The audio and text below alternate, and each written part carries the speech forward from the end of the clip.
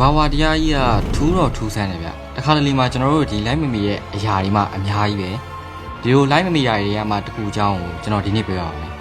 ဒီဗီဒီယိုရဲ့ဒီတမ်လေးမှာတွေ့တဲ့အတိုင်းပဲကျွန်တော်အခုပြောပြမှာမို့မျိုးစိတ်တခုအကြောင်းပါဒီမို့အခုခေတ်မှာတော်တော်များများလေးသိကြပါတယ်အများစုကတော့သူ့ကို Magic Mushroom နတ်မို့မှောင်မို့ဆိုပြီးတော့မှခေါ်ကြတယ်သူ့ရဲ့ဒီသိပ္ပံနာမည်ကတော့ Psilocybin Mushroom လို့ခေါ်ရတယ်Shroom Golden Halo Golden Teacher Golden Cup Cube မက်ရှီဆိုပြီးတော့မှလည်းအမျိုးမျိုးခေါ်ကြတယ်။နောက်ပြီးတော့ဒီပုံစံကတခြားမိုတွေနဲ့ခက်ဆင်နေမယ်။ဒါပေမဲ့မတူတာကကြတော့သူ့ကိုဟင်းချက်စားလို့မရပါဘူး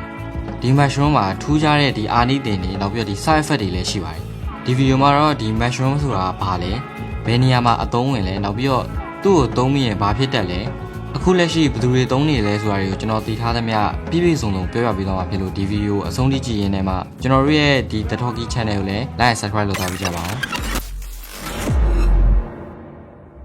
ပုံမှန်အဖြစ်ဒီမိုတွေကိုနှစ်မျိုးခွဲကြပါတယ်။စားလို့ဖြစ်တဲ့မိုနဲ့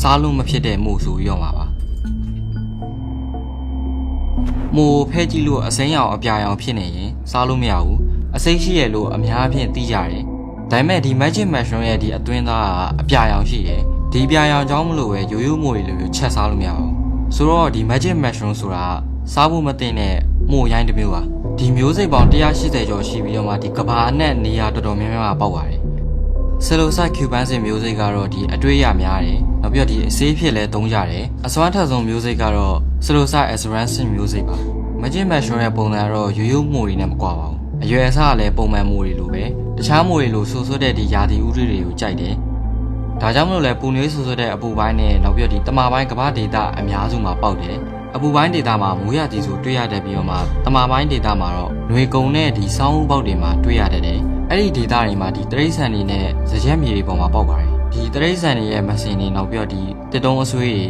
တစ်တော်တွေနဲ့ဒီမြက်ခင်းလိုနေရာတွေမှာပေါက်ပါတယ်မြောက်အမေရိကတိုက်မှာတော့မက္ကဆီကိုမှာအများဆုံးတွေ့ရတဲ့အာရှတိုက်မှာတော့ဒီအိန္ဒိယတို့ထိုင်းလန်တို့ကမ္ဘောဒီးယားနဲ့ဖိလစ်ပိုင်နိုင်ငံတွေမှာတွေ့ရတဲ့ Magic Mushroom ဆိုတာရေမြေကျရင်တဘာဝအတိုင်းပေါက်တတ်တဲ့မိုရိုင်းတစ်မျိုးပါပဲဆိုတော့ဒီတဘာဝမိုရိုင်းတွေကိုဘယ်သူတွေကစားသုံးခဲ့ရလဲဘယ်နေရာတွေမှာအသုံးပြုခဲ့ကြရလဲဒီ Magic Mushroom ရဲ့အစွမ်းကိုဒီ Aztec နဲ့ Maya လူမျိုးတွေကအစောဆုံးတတိထားမိခဲ့ရပါသူတို့ကဒီအရင်က Mesoamerica အခုဆိုရင်ဒီ Mexico နဲ့ Central America ရဲ့ဒေသခံတိုင်းသားတွေပေါ့သူတို့ရဲ့ဒီဘာသာရေးနဲ့ဝိညာဉ်ပိုင်းဆိုင်ရာပွဲတွေမှာဆိုရင်ဒီ BC 3000လောက်ကလေးဟိုက Magic Mushroom ကိုသုံးခဲ့ကြပါ Aztec လူမျိုးတွေဆိုရင်ဒီမို့ဖျားများရဲ့အသားFlash of God ဆိုပြီးတော့မှခေါ်ကြပါတယ်သူတို့ကဒီ Magic Mushroom ကိုနတ်ဖျားရည်နဲ့ဆက်သွယ်ဖို့ဒီရိုးရပွဲတွေမှာသုံးကြတယ်ဒီထောက်ထားမိုနဲ့တူတဲ့ဒီပုံစံတွေကိုဒီမာယာလူမျိုးတွေရဲ့ရုပ်ထုမှာတွေ့ရလို့သိနိုင်တယ်ဒါကြောင့်မလို့တခါတလေမှာကျွန်တော်တို့မှတွေးမိပါသေးတယ်ဒီလူသားတွေအခုလိုမျိုးတိုးတက်လာတာရှေးခေတ်ကလူတွေရောက်များလားပေါ့သူတို့ကဒီမမျော်လင့်မဲနဲ့ဒီမိုကိုစားပြီးတော့မှညံလင်းပွင့်သွားတာများလားဆိုပြီးတော့မှာပါ19ရာစုမှာတော့ဒီမိုချောင်းကိုခက်စိတ်စိတ်တွေးလာရတယ်ကျွန်တော်ဒီ global attention ရသွားတာတော့ဒီ1959မှာ Watson ရဲ့ Life Magazine ဆောင်းပါးကြောင့်လို့ပါဒီ magazine ကြောင့်မလို့ Magic Mushroom ရဲ့ဒီစိတ်နဲ့ဆိုင်တဲ့အာနိသင်တွေကိုလူတွေကပို့ပြီးတော့မှစိတ်ဝင်စားလာကြတယ်အခုနောက်ပိုင်းမှာတော့ဒီဘာသာရေးတို့ဝိညာဉ်ပိုင်းနဲ့ဒီစိတ်ပညာတွေမှာဒီ Magic Mushroom ကိုသုံးလာကြတယ်သုံးပုံသုံးနည်းကတော့အမျိုးမျိုးပဲတချို့ကကြတော့အစိမ်းစားတယ်တချို့ကဒီအချောက်ခံပြီးတော့မှစားတယ်တချို့ကကြတော့ဒီအကျန်းကြောက်လို့ရေနွေးတွေကိုထည့်ပြီးတော့မှတောက်တယ်တချို့ကဒီမို့ကိုအချောက်ခံပြီးတော့မှအမုံဖြစ်အောင်ကြိတ်တယ်အဲ့ဒီကြိတ်လို့ရတဲ့ဒီအမုံကိုဒီစားစရာတွေဒီဖြော်ရည်နဲ့ရောပြီးတော့မှသုံးရတယ်အကျန်းကြောက်လို့ဒီရေနွေးတွေထည့်ပြီးတော့မှတောက်ရင်အစာရင်မကြီးမသာဖြစ်တာကိုလည်းတတရီလို့ပြောကြပါတယ်တချို့ကတော့ဒီ cluster headache ဆိုတဲ့မူမှန်ခေါင်းကိုက်တာကိုတတ်တာကိုသုံးတယ်တချို့ကန်ဆာယောဂတွေတွေနောက်ပြီးတော့ဒီနာတာရှည်ယောဂတွေကတော့နာကျင်မှုတွေကိုတတ်တာကိုသုံးကြတယ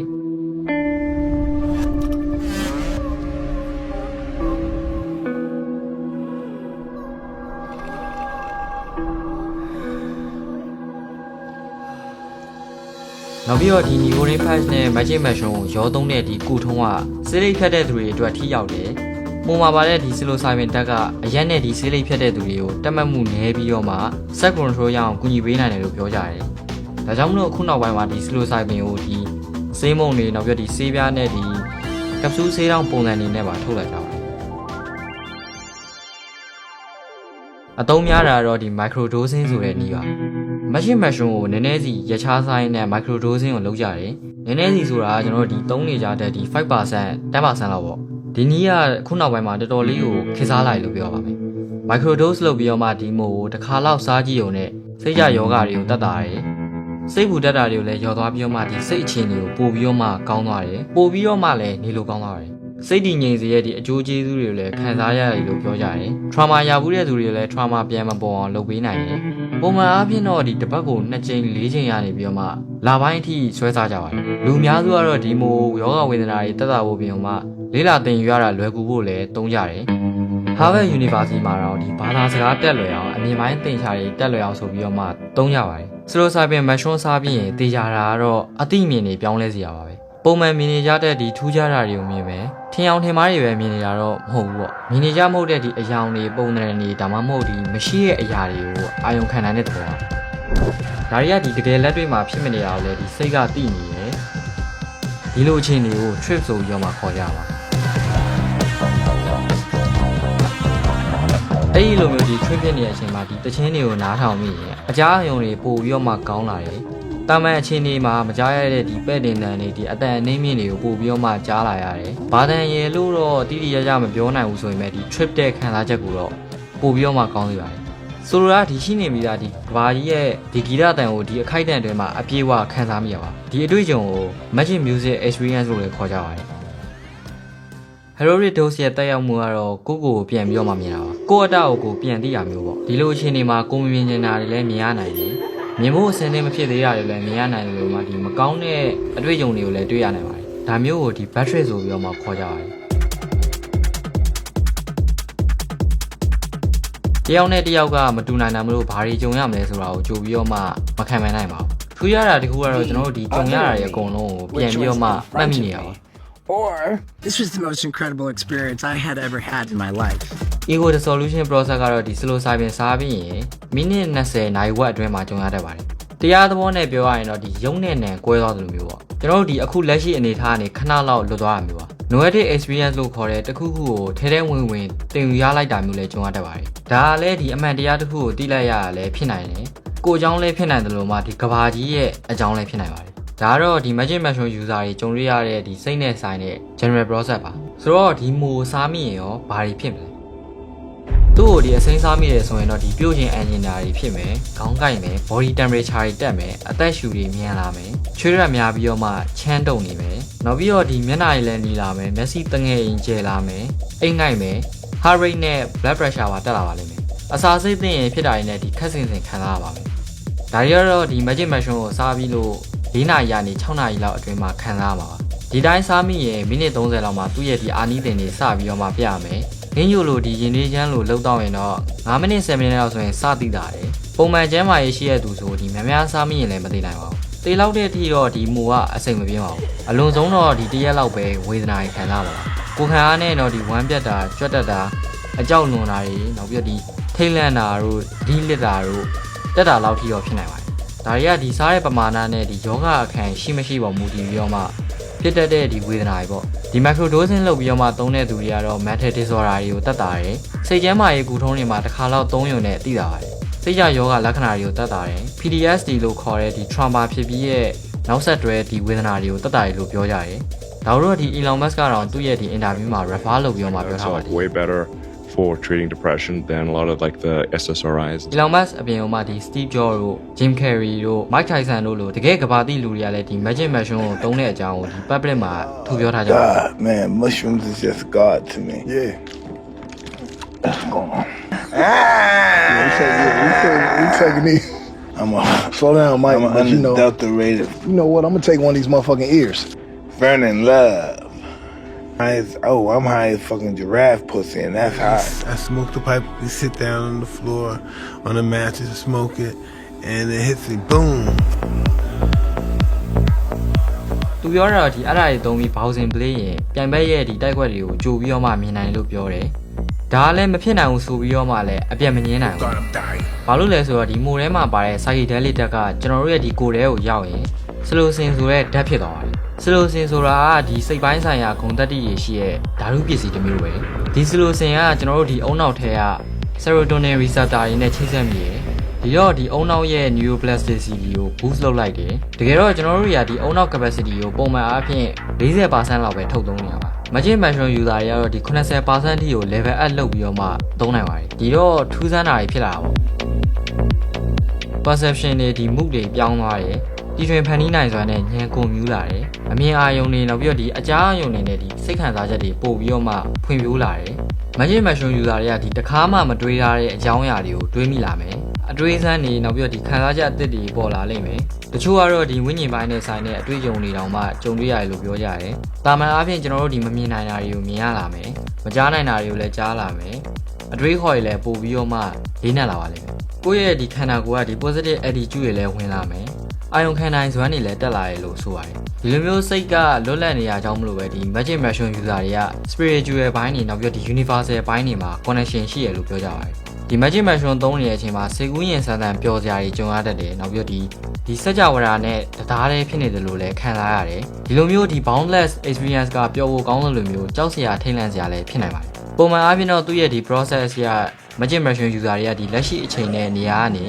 အသိစိတ်လွတ်သွားမယ်ဒါကဒီ user တွေအတွက်ရောပဝင်းချင်းအတွက်ပါအနေများပါတယ်စိတ်နဲ့ဒီအုံနောက်မှာထူးဆန်းတာတွေဖြစ်လာမလို့ပျော်တဲ့လူကပို့ပြီးတော့မှပျော်သွားနိုင်တယ် depression ဝင်နေတဲ့သူဆိုရင်လည်းသုံးမိရင်ပို့ပြီးတော့မှစိတ်သက်ကျသွားနိုင်ပါတယ်ဒီလို experience တွေကလူတိုင်းတော့မရနိုင်ဘူးဒီလိုကြုံရတာမျိုးကိုလည်း trip လို့ခေါ်တယ်ဒီမူရဲ့သဘောက mood ကို boost လုပ်လိုက်တာမလို့ပျော်ရင်လည်းနှစ်ဆလောက်ကိုပျော်ရတယ်လို့မျိုး depression ဝင်နေပြီဆိုရင်လည်း battery တွေနဲ့ပို့ပြီးတော့မှဆိုးသွားနိုင်ပါတယ်Magic Mushroom ကိုသုံးတဲ့ပမာဏနဲ့ဒီသုံးတဲ့မျိုးစိတ်ပေါ်မှာလည်း potency တွေကကွာသွားနိုင်ပါတယ်။ယောဂကုထုံးအနေနဲ့သုံးရင်တော့ဒီအသက်ကို၄ချိန်နောက်ပြီးဒီကျန်းမာရေး drug use history နောက်ပြီးတော့ဒီ sex တွေ personality တွေပေါ်မူတည်ပြီးတော့မှသုံးတဲ့ပမာဏကို adjust လုပ်ရပါတယ်။ psilocybin ကုထုံးရဲ့ဒီလူနာကလက်ရှိအချိန်နဲ့နေရာနဲ့ခဏတာကွင်းရသွားတာ။ဒါကြောင့်မလို့လဲဒီသုံးမဲ့ဆိုရင်လုံခြုံဘေးကင်းတဲ့နေရာမှာရှိရမယ်။ psilocybin ကိုသူ့ပမာဏထက်ပိုပြီးတော့မှမသုံးရဘူး။မဟုတ်ရင်ဒီစိတ်ရဲ့ဒီလွတ်လပ်မှုတွေမှာအခက်တွေ့သွားနိုင်ပါတယ်။ဒါကြောင့်မလို့ဒီ medical user တွေအတွက်တောင်မှ risky ဖြစ်ပါတယ်။ဆွဲသုံးရင်တော့ဒီ side effect တွေများမယ်။ဆေးပေါက်တို့လိုမျိုးဒီ drug သုံးရင်ဖြစ်တတ်တာမျိုးတွေကြုံရမယ်။ Magic Mushroom မသုံးရင်ဒီစိုးရင်စိတ်များတာအကြောက်လွန်တာတွေကြောင့်မလို့ဒီ battery တွေပို့ပြီးတော့မှကြုံရနိုင်တယ်။စိတ်တွေကလည်းဒီရှုပ်ထွေးပြီးတော့မှအမြင်မာတတ်တယ်။ဖြစ်နှောင်းဖြစ်ခဲ့ဆိုရင်မဲ့ trigger psychosis ယောဂလည်းရနိုင်တယ်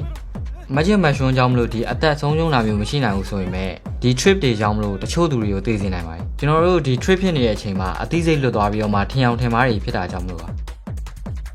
ကြားဦးရမှာဒီတိုက်မြင့်ကြီးတွေကနေပြန်ပြရင်းနဲ့ခုံချသွားတာတို့ traffic area တွေမှာအသိစိတ်လွတ်ပြီးတော့မှရှောက်သွားတာတို့ဒီလိုနီးတွေနဲ့ဒီ Magic Mushroom user တွေကအသက်ဆုံးရှုံးကြပါ။ Magic Mushroom သုံးပြီးတော့ဒီ high နေတဲ့အချိန်မှာနှလုံးခုန်လုံးတွေကမြန်ပြီးတော့မှသွေးဖြီအားတွေတက်မယ်။ဒါကြောင့်မလို့ဒီနှလုံးရောဂါအခန့်ရှိရင်တော့အသက်အန္တရာယ်ရှိပါတယ်။အခြား drug တွေနဲ့ရှင်ရင်တော့ဒီ chemical မပါလို့ soft ဖြစ်တယ်။အစိတ်တင်တာနဲတယ်ဆိုရင်မဲ့ဒီကလေးတွေနဲ့ကိုယ်ဝန်ဆောင်တွေတော့မသုံးသင့်ပါဘူး။စိတ်ယောဂကုတဲ့ဒီတခြားဆေးတွေနဲ့တွဲသုံးမိရင်တော့ယောဂပိုကောင်းသွားနိုင်တယ်လို့ပိုလဲဆိုးသွားနိုင်ပါတယ်။တခြားဒီမိုသက်ဆေးတွေ drug တွေနဲ့တွဲသုံးမိရင်တော့တော်တော်လေးကို risk များပါတယ်။ US ကတော့ဒီ1980မှာ control substance လို့သတ်မှတ်ပြီးတော့မှ medical use တွေအတွက်ခွင့်မပြုဘူး။နိုင်ငံတော်တော်များများမှာလည်းတရားဝင်သုံးစွဲခွင့်ပိတ်ထားပါတယ်။ဒါပေမဲ့ဒီ USA က Oregon နဲ့ဒီ Colorado နောက်ပြီးတော့ဒီကနေဒါရဲ့တချို့ဒေသတွေမှာတော့ဒီဆေးဖြစ်နဲ့အကန့်အသတ်နဲ့သုံးခွင့်ပြုထားပါတယ်။ Simon Powell ကတော့သူ့ရဲ့ဒီ Magic Mushroom Explore စာအုပ်ထဲမှာရေးထားတယ်။ဒီ Magic Mushroom ဆိုတာဒီကမ္ဘာကြီးမှာရှိနေပြီးသားဖြစ်စဉ်တွေကိုမြင်နိုင်တဲ့သဘာဝပစ္စည်းပဲ။ပုံမှန်အားဖြင့်တော့လူတွေမမြင်နိုင်အောင်လုပ်ထားတာတွေကိုဒီမူကြောင့်မလို့မြင်နိုင်မယ်။အဲ့ဒါအပြင်မှာဒီအတွေ့အကြုံတွေအတတ်ပညာတွေကိုလည်းသိခွင့်ရမယ်။ဒါကြောင့်မလို့ဒီမူကိုတချို့က golden teacher လို့ခေါ်ကြပါ။ဘယ်အရာမဆိုသူ့ရဲ့ဒီ limit ကျော်ရင်ဆိုးကျိုးရှိတယ်လို့ဘေးဖြစ်တာတွေကလည်းသုံးတက်ရင်ဒီဆေးဖြစ်ပါတယ်။တန်ဆေးလွန်ဘေးဆိုလိုမျိုးပေါ့။ Magic Mushroom ဆိုတာမျိုးကလည်းဒီလိုပါတယ်။သုံးတက်ရင်တော့ဆေးစမ်းတက်လက်ပါ။မသုံးတက်ရင်တော့ဒီမူရဲ့ဆေးထက်ကိုအနေရများပါတယ်။ရိုးရိုးမို့နဲ့ဒီ Magic Mushroom ကဘာကွာလဲဆိုရင် chemical position ကွာပါတယ်။ Magic Mushroom တွေကဒီ psychoactive property အကြောင်းကိုဒီ researcher တွေကအခုထက်ပိုပြီးတော့မှသိရင်ရတယ်။ကျွန်တော်ရဲ့ဒီခန္ဓာကိုယ်နဲ့အုံနောက်ထဲမှာသူဘယ်လိုတွေအလုပ်လုပ်လဲဆိုတာကိုစိတ်ဝင်စားကြတယ်။ psychoactive properties ကိုဒီ mental health treatment အတွက်အနာဂတ်မှာဒီ potential use ဖြစ်ဖို့လည်းမှန်းထားကြပါတယ်။ psilocybin assisted ကူထုံးကဒီစိတ်ကျန်းမာရေးအခြေအနေအတွက်အဆင်ပြေစေတယ်။ထိရောက်မှုတွေရှိရလို့လည်းအများစုကယုံကြည်ကြတယ်။ဒါကြောင့်မို့လဲဒီ2021စစ်တမ်းတွေကလူ9000မှာ900လောက်ကဒီ Magic Mushroom user တွေဖြစ်လာပါတယ်။ရာခိုင်နှုန်းနဲ့ဆိုရင်7% လောက်ကအကြောင်းမျိုးမျိုးနဲ့သုံးကြတဲ့သဘောပါ။ဒေါ်တရားရဲ့ဒီစမ်းချင်မှုတွေကိုဒီအာရှနဲ့အာဖရိကဘက်ကဆေးကုဖို့တွေ spiritual တွေအတွက်ဦးစားပေးပြီးတော့မှသုံးတယ်။နောက်နိုင်ငံတွေကတော့ဒီသိပ္ပံပညာအတွက်ပါသုံးတယ်။ဒီလိုတွေအကြောင်းလို့လည်းနည်းပညာတွေကတဟုန်ထိုးတက်သွားပါ။သဘောတရားကဒီသိပ္ပံပညာနဲ့တွေ့လိုက်တဲ့အခါမှာမယုံနိုင်တာတွေဖြစ်လာတယ်။စူးစမ်းတာတွေဖြစ်လာတယ်။ဆိုတော့ဒီလိုဆိုရင်ဒီ scientist တွေလက်ထဲက magic mushroom တွေကရောဘယ်လိုတွေထပ်ပြီးတော့မှဖြစ်မလဲဆိုတာစိတ်ဝင်စားဖို့ကောင်းပါတယ်။ဆိုတော့အခုဒီဗီဒီယိုကြည့်နေတဲ့ခင်ဗျားတို့လည်းဒီ magic mushroom ကိုသုံးဖို့လို့ဒီအကြောင်းဒီ knowledge တွေရှိရင်ချက်ထဲမှာပြောပြခဲ့ကြပါဦး။နောက်ဗီဒီယိုမှာပြန်ပြီးတော့မှတွေ့ကြပါမယ်။